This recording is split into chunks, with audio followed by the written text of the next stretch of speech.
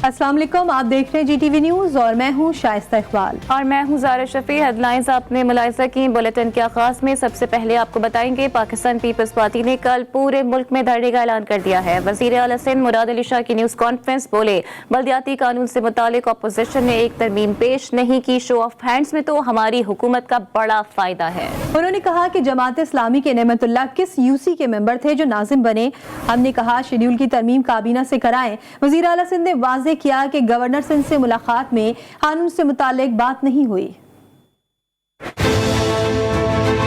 कल Pakistan peoples party पूरे पाकिस्तान में महंगाई के खिलाफ, खासतौर पर पेट्रोल की महंगाई के खिलाफ, लोकल गवर्नमेंट एक्ट जो हमारा नया है उसके बारे में बताना है और उसको किस तरीके से तोड़ मरोड़ के और ऐसे पेश किया गया कि पता नहीं कोई बहुत बड़ा जुल्म होने जा रहा है। क्या शेड्यूल की तरमीम कैबिनेट से करा लें, इसलिए कि मैंने आपको शुरू में क्या बताया, ये कानून इनकम्प्लीट था।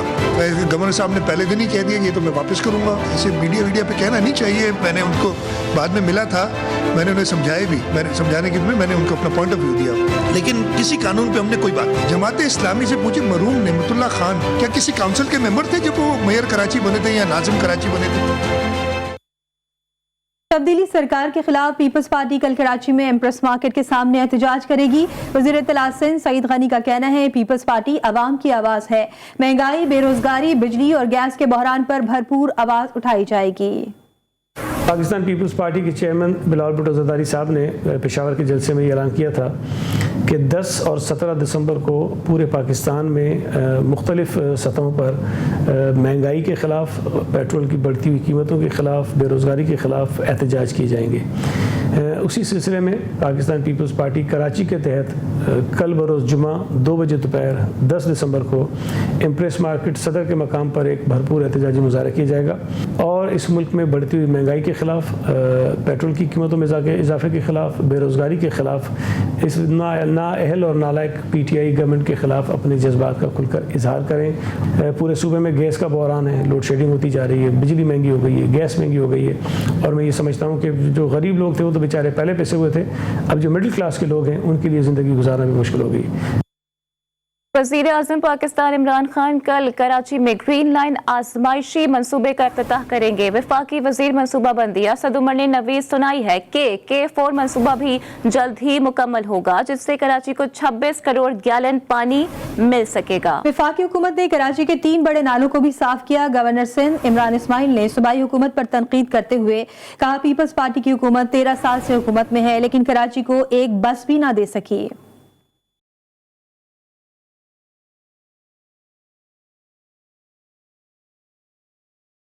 इंतजार की घड़ियां खत्म। कराची में जदीद ट्रांसपोर्ट सिस्टम का इफ्तिताह इमरान खान जुम्मे को करेंगे। इफ्तिताह पर ग्रीन लाइन आजमाइशी मंसूबे में 15 दिन के लिए बसें ट्रायल पर चलेंगी। वफाकी वजीर मंसूबा बंदी असद उमर कहते हैं कि कराची के दीगर 4 मंसूबों पर भी पेशरफ्त हो रही है। अल्हम्दुलिल्लाह जो 5 बड़े मंसूबे थे जिनका वजीर आज़म इमरान खान ने कराची से वादा किया था, उन 5 के ऊपर बहुत ठोस पेशरफ्त हो रही है। गवर्नर सिंध इमरान इस्माइल ने बताया कि बानी पाकिस्तान कायदे आज़म मोहम्मद अली जिन्ना की सालगिरह के दिन ग्रीन लाइन मंसूबे पर बाकायदा तौर पर बसें चलना शुरू हो जाएंगी। पीपल्स पार्टी की हुकूमत 13 साल सिंध में हुकूमत के बावजूद कराची को एक बस भी न दे सकी। 25 दिसंबर को कायदे आज़म मोहम्मद अली जिन्ना की बर्थडे के दिन इंशाअल्लाह ये बसों का बाकायदा आगाज हो जाएगा, जिसमें आप और हम टिकट लेकर सफर कर सकेंगे। 13 साल से पीपल्स पार्टी की हुकूमत ने कराची को एक बस तक नहीं दी। इमरान इस्माइल ने कहा कि कोरोना के बावजूद वफाकी हुकूमत ने ग्रीन लाइन मंसूबे को मुतासिर नहीं होने दिया। कराची का सबसाती कहलाए जाने वाला ग्रीन लाइन बस मंसूबे का इफ्तिताह कल होगा। वज़ीर आज़म इमरान खान की सवारी आएगी।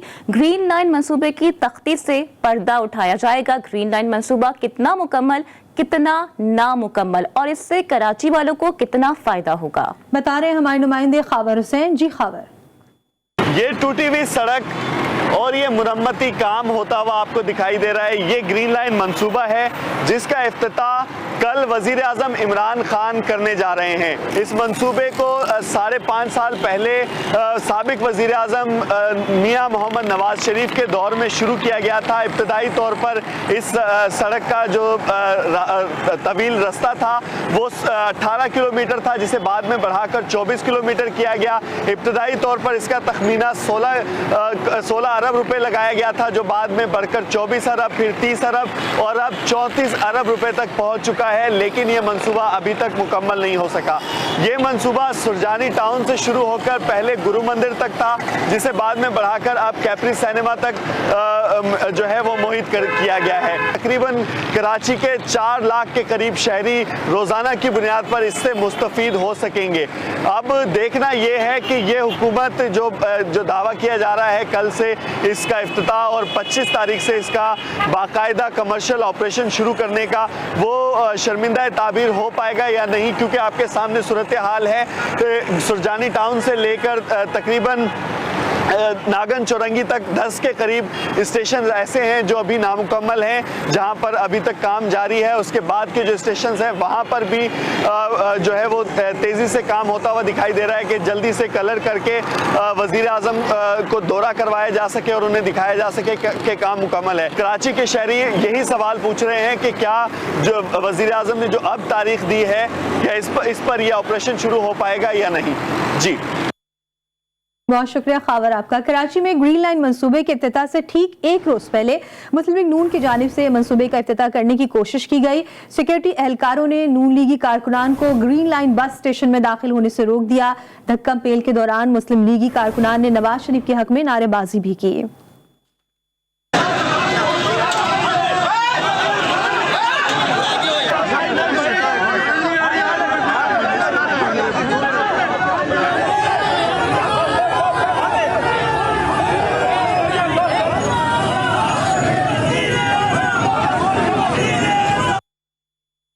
कराची के जिला वस्ती के नादरा ऑफिस में बुजुर्ग खातून और उसके बेटे के साथ नादरा अफसर का नारवा सलूक। नादरा अफसर ने अखलाकियात की सारी हदें पार कर दी। शनाख्ती कार्ड के हुसूल के लिए आई बुजुर्ग खातून से नादरा अफसर बदतमीजी करता रहा और धमकियां देता रहा। वाक़े की वीडियो मंजर आम पर आ गई। इसी पर बात करेंगे नुमाइंदा खुसूसी जावेद असगर चौधरी से। जी जावेद, अपडेट कीजिएगा, ये मामला है क्या?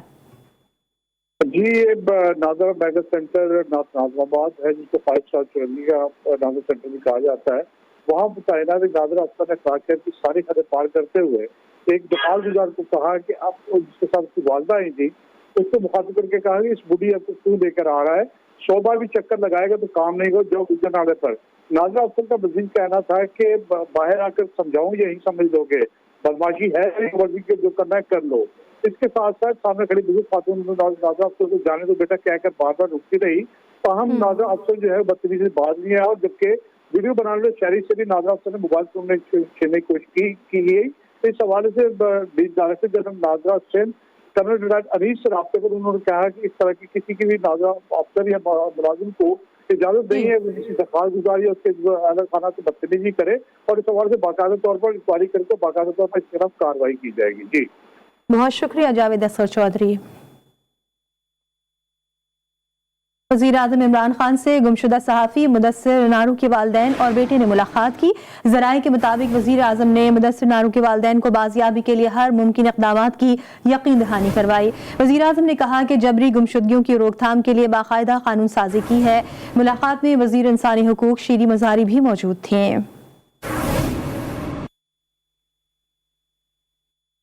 वज़ीर इक़्तिसादी उमूर उमर अयूब की ज़ेर सदारत इक़्तिसादी राबता कमेटी का इजलास कल होगा। ज़राए के मुताबिक ECC auto industry development and export policy का जायजा भी लिया जाएगा। SME पॉलिसी पेश की जाएगी। VVIP एयरक्राफ्ट के लिए 33 करोड़ रुपए की ग्रांट की समरी भी पेश की जाएगी। वज़ारत दाखिला के लिए 8 करोड़ 40 लाख रुपए की ग्रांट की समरी भी पेश होगी।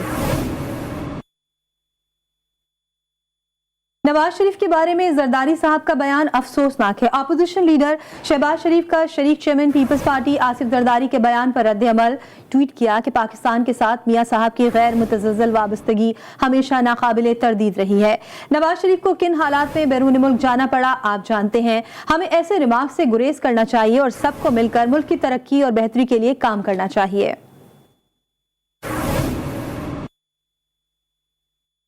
आगे बढ़ते और आपको बताते हैं, पाकिस्तान में ओमिक्रॉन का पहला केस सामने आने का शुबा जाहिर किया जा रहा है। 57 साल खातून का ताल्लुक कराची से है। वज़ीर सेहत सिंध अज़रा पेचहो कहती हैं अलामात ओमिक्रॉन जैसी हैं, लेकिन उसे जांचने में 2 हफ्ते लग सकते हैं। ताहम पाकिस्तान के कौमी इदारे सेहत की जानिब से जारी होने वाले एक बयान में भी बताया गया है कि ताहाल कराची में रिपोर्ट होने वाले केस में ओमिक्रॉन किस्म की बाज़ाब्ता तौर पर तस्दीक नहीं हुई।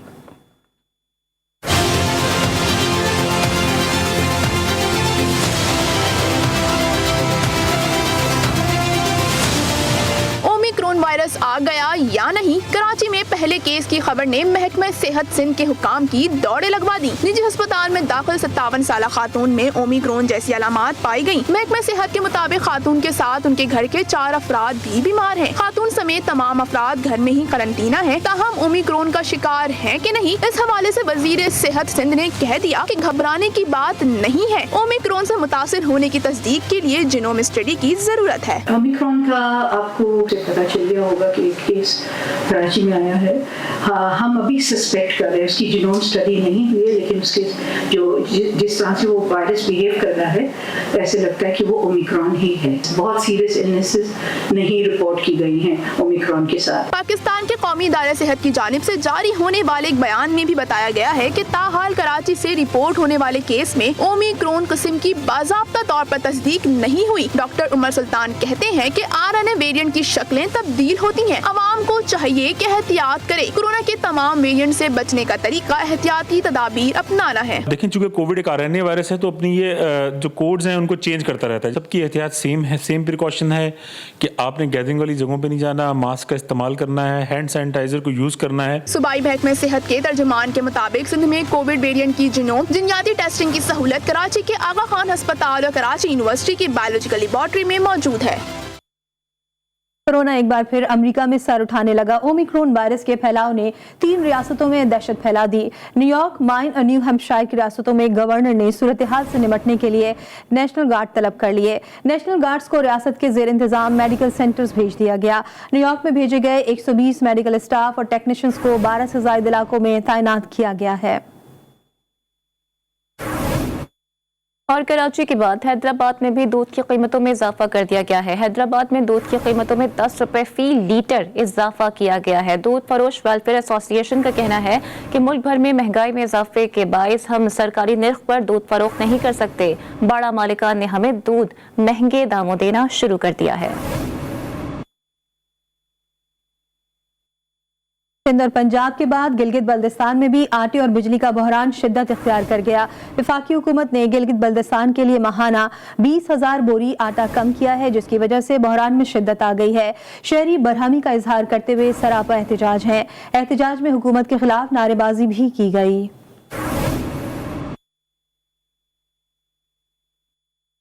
आगे बढ़ते हैं और आपको बताते हैं कि कौमी बचत स्कीमों के शरह मुनाफा में इजाफा कर दिया गया है। बहबूद और पेंशनर सर्टिफिकेट्स पर शरह मुनाफा में 1.92% का इजाफा किया गया है। इजाफे के बाद पेंशनर्स और बहबूद पर शरह मुनाफा 12.96% हो गया है। सेविंग अकाउंट पर शरह मुनाफा भी इजाफे में देखने में आ रहा है, जबकि शरह मुनाफे में इजाफे का इत्तलाक 12 दिसंबर से होगा।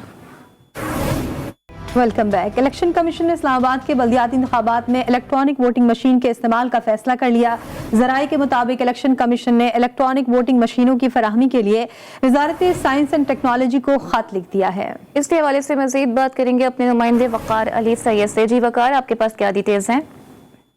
जी बिल्कुल, इलेक्शन कमीशन की जानिब से EVM के लिए जो है वो वजारत साइंस एंड टेक्नोलॉजी को एक खत लिखा गया है। ज़राए के मुताबिक इलेक्शन कमीशन ने 3900 जो इलेक्ट्रॉनिक वोटिंग मशीनें हैं वो मांगी हैं, और जबकि ये फैसला भी किया है कि ये मशीनें सिर्फ जो मेयर का इंतखाब होगा उसमें जो है वो इस्तेमाल की जाएंगी।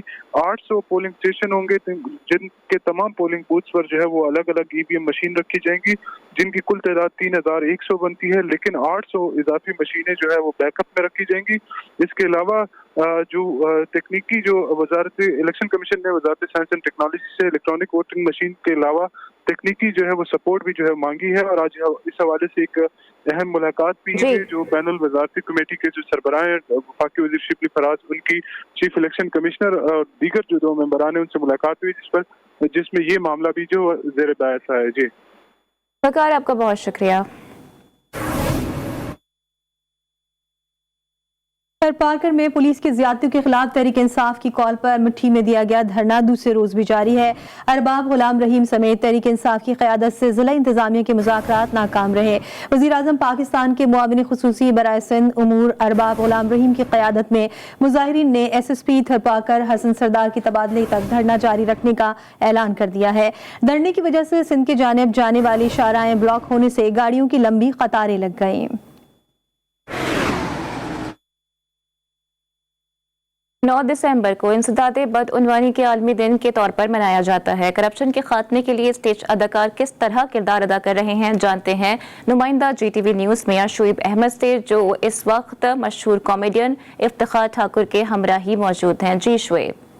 जी बिल्कुल, 9 दिसंबर आज बदनवानी के खिलाफ आलमी दिन के तौर पर मनाया जा रहा है। नैब लाहौर की जानब से आज अल-हमरा हाल में जो इसी हवाले से एक सेमिनार का इनकाद किया गया। इस वक्त मेरे साथ जो पाकिस्तान के लेजेंड अदाकार इफ्तिखार ठाकुर मौजूद है, उनसे बात करते हैं। मैंने बुजुर्गों से ये सुना हुआ है कि अगर बीज गंदा हो तो फसल ख़राब हो जाती है, और अगर हराम की कमाई आप अपने बच्चों को खिलाएंगे तो आपकी नस्ल ख़राब हो जाएगी।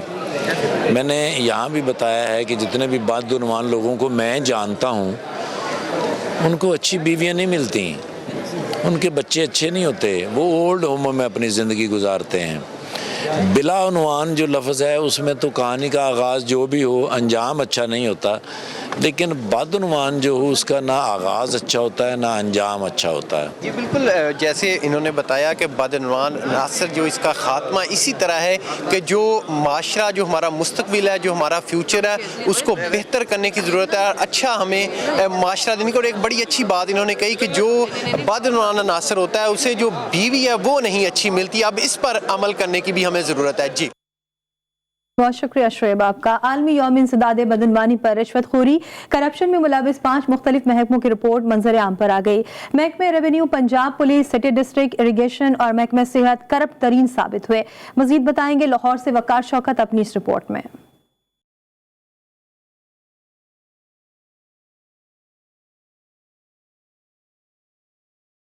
रिश्वत दो और सरकारी दफातर में काम करवाओ, ये है अवाम के टैक्सों से तनख्वाहें लेने वालों का असल चेहरा। महकमा एंटी करप्शन ने पंजाब भर में मुख्तलिफ महकमा जात में करप्शन करने वाले 15 से 21 ग्रेड के अफसरान की रिपोर्ट जारी कर दी। रिपोर्ट के मुताबिक 11 माह के दौरान 25,756 करप्ट अफसरान अहलकारों के खिलाफ कार्रवाइयां की गयी, जिनमें से 1,739 को गिरफ्तार कर लिया गया। शहरी कहते हैं मुख्तलिफ सरकारी दफातर में जब तक रिश्वत ना दो कोई बात नहीं सुनता। कौन सा महकमा है जिसमें रिश्वत के बगैर काम चलता है? उसको वो रिश्वत वो नहीं कहते, लेकिन होती तो वो रिश्वत ही है ना, कि ये फलानी जगह लगना है, ये फलाने ने लेने हैं, ये इसने लेने हैं, ये उसने लेने हैं। महकमा एंटी करप्शन के मुताबिक रेवेन्यू डिपार्टमेंट पहले नंबर पर करप्ट तरीन साबित हुआ, जिसके खिलाफ रवां साल में अब तक 7,334 दरख्वास्तें मसूल हुई। दूसरे नंबर पर आने वाला करप्ट तरीन महकमा पंजाब पुलिस का है, जिसके खिलाफ 5,118 दरख्वास्तें मसूल हुई। जब भी कोई भी आपने काम करवाना हो सरकारी दफ्तर में, ख़ास तौर पर चाहे पुलिस का महकमा हो चाहे कोई और महकमा हो, उसमें पैसे के बगैर काम नहीं होता। आपको भी इस चीज़ का पता है, सारे यानी पाकिस्तानियों को पता है। शहरी कहते हैं करप्ट अफसरान के खिलाफ दरख्वास्तें देने और इंसाफ के हसूल के लिए भी दफातर के चक्कर काटते रहते हैं। दिनों में होने वाली इंक्वायरी का महीनों और सालों तक इंतजार किया जाता है। कैमरामैन मोहम्मद अली के साथ Waqar Shaukat, GTV news Lahore. Sustainable development organisation की जानिब से इस्लामाबाद प्रेस क्लब से F6 पार्क तक इंसदादे करप्शन आगाही वॉक का इनेकाद किया गया। मजीद आपको रिपोर्ट करेंगी आफ्ताब जहां। इंसदादे करप्शन के आलमी दिन पर बदउनवानी के असरात को उजागर करने के लिए इस्लामाबाद प्रेस क्लब के बाहर आगाही वॉक का एहतमाम किया गया। वॉक के शुरका ने बैनर्स उठा रखे थे जिन पर करप्शन से इनकार के नारे दर्ज थे। उसको वापस संभलना उसके लिए मुश्किल हो जाता है। शुरका का कहना था, हमें ना सिर्फ आज बल्कि साल भर इस बात का ख्याल रखना चाहिए कि मुल्क में करप्शन ना हो। मेरा ख्याल है कि सोसाइटी को एक मुकम्मल तौर पे इसको तमाम इसके तकाज़ों को चेंज करने की ज़रूरत है और जो मसावात है, अदम मसावात का खात्मा करते हुए मसावात की तरफ जाना चाहिए। करप्शन फ्री वॉक में बच्चे भी शामिल थे। से no corruption, corruption free Pakistan, I love Pakistan. Walk में आए ख्वाजा सरा का कहना था कि करप्शन करने वाले मुल्क से गद्दारी करते हैं। जो करप्शन करने वाले हैं वो पाकिस्तान के सबसे बड़े गद्दार हैं। अपने मुल्क से प्यार करें और अपने वतन से प्यार करें, आपको अपने चाहने वालों से प्यार करें। वॉक के इनेकाद का मकसद पाकिस्तानियों में करप्शन के हवाले से आगाही फराहम करना था। कैमरामैन इकराम के साथ आफ्ताब जहान, GTV न्यूज़, इस्लामाबाद। है सियालकोट केस की रोजाना की बुनियाद पर समात जेल के अंदर कराने का फैसला कर लिया गया है। RPO गुजरावाला के मुताबिक केस में गिरफ्तार मुल्जिमान का जेल ट्रायल करने के बारे में बाकायदा अहकाम जारी हो गए हैं। इंसदादे दहशतगर्दी की खुसूसी अदालत के जज सियालकोट जेल में जाकर समात करेंगी।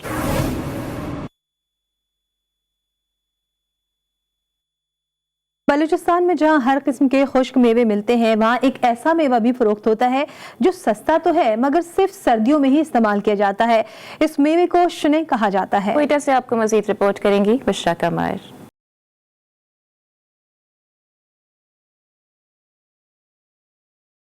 क्वेटा में सर्दी की शिद्दत बढ़ते ही बाजारों में हर तरफ शिने फरोख्त करने वाले नजर आते हैं। शिने यहाँ के लोगों की पसंदीदा खुराक है जो बलूचिस्तान के इलाके योब, कल्लात और अफगानिस्तान के पहाड़ी इलाकों में मौजूद दरख्तों से लाई जाती है। छोटे छोटे गोल मटोल शिने का ऊपर का सब्ज छिलका और अंदर का मगज दोनों ही जायकेदार हैं। सर्दी के मौसम में इसे खाने वाले इसे ठंड से बचाव के लिए मुफीद करार देते हैं। सर्दियों के दिनों में ज्यादा खाया जाता है और इससे ये कि जिस्म का दर्जा हरारत भी एक हद तक मेंटेन रहता है।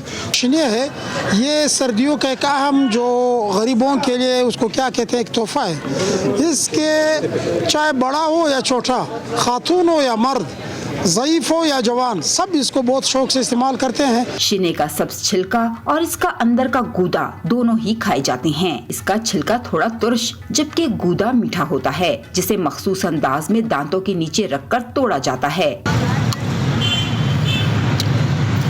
पश्तो जबान में शिने और ब्राह्वी जबान में गन कहलाया जाने वाला ये मेवा 100 से 200 रुपए फी छटाक फरोख्त किया जाता है। इसमें बहुत किस्म है, बादामी भी है, गोल शिना भी है, बहुत किस्म है, छोटे बड़े सब नरम है, सख्त है। शिने को सर्दी इलाकों में रहने वाले लोग बतौर सालन भी इस्तेमाल करते हैं, जिनका कहना है कि इसकी तासीर गर्म होने के बायस इन्हें सर्दी से महफूज रखता है। कैमरामैन फतेह मोहम्मद के साथ बुशरा कमर, GTV न्यूज़, क्वेटा। और लाहौर के जिलानी पार्क में गुल दाऊदी की नुमाइश का इफ्तिताह कर दिया गया। नुमाइश का अहवाल जानते हैं वकार शौकत से। जी वकार। आज बिल्कुल लाहौर जिलानी पार्क में गुल दाऊदी की नुमाइश का बाकायदा से आज आगाज़ कर दिया गया है। आवाम के लिए 100 से इकसाम से ज़ायद इकसाम के जो फूल हैं उनकी नुमाइश के लिए शहरियों को इजाज़त दे दी गई है ताकि वो पार्क में आए। कुछ शहरी भी हमारे साथ मौजूद हैं। अच्छा, ये बताइए कि आप कहाँ से आए और गुल दाऊदी की नुमाइश देखकर कैसा लग रहा है? हम कराची से आए हैं और आज ही आए हैं और यहाँ हमें नुमाइश का पता चला था तो हम ये देखने आए और वाकई बहुत अच्छी नुमाइश लगी हुई है फूलों की। बिल्कुल, जैसा कि आपने सुना कि ये फैमिली जो है वो कराची से आए हैं और इनका यही कहना है कि लाहौर जिलानी पार्क में लगाई गई गुल दाऊदी की नुमाइश बहुत खूबसूरत है, शहरी इंजॉय कर रहे हैं। इस बात का भी इजहार किया है कि कराची वालों को भी इस बात का ख्याल आना चाहिए कि इस तरह की नुमाइश का इनकाद किया जाए ताकि शहरी जो है वो एक खूबसूरत और हेल्दी जो है वो एक्टिविटी में शामिल हो सकें। ताहम यहाँ पर मुख्तलिफ इक़साम के फूलों की नुमाइश है और साथ साथ जो है म्यूज़िक का भी अहतमाम किया गया है। जो भी फैमिलीज़ आ रही हैं वो खूब इंजॉय कर रही हैं। जी, बहुत शुक्रिया वकार शौकत। मौसम रियाज की तफरीही सरगर्मियाँ जारी हैं। Film star Salman Khan performance देने के लिए दीगर फनकारों के हमरा सऊदी अरब पहुँच गए। सऊदी दारुल रियाद में जारी मौसम रियाज की तकरीबात में परफॉर्मेंस करने के लिए फिल्म स्टार सलमान खान, शिल्पा शेट्टी और दीगर फनकारों के हमरा पहुँचे। उनका इस्तकबाल सऊदी एंटरटेनमेंट अथॉरिटी के मुशीर नौशीन वसीम और दीगर आला हुकाम ने किया। सलमान खान साथी फनकारों के हमरा कल स्टेज पर परफॉर्मेंस देंगे। दबंग खान की परफॉर्मेंस देखने के लिए बड़ी तादाद में उनके मद्दा सऊदी अरब पहुंच रहे हैं। एक ब्रेक के बाद हेडलाइन के साथ फिर हाजिर होंगे। देखते रहिए GTV न्यूज़।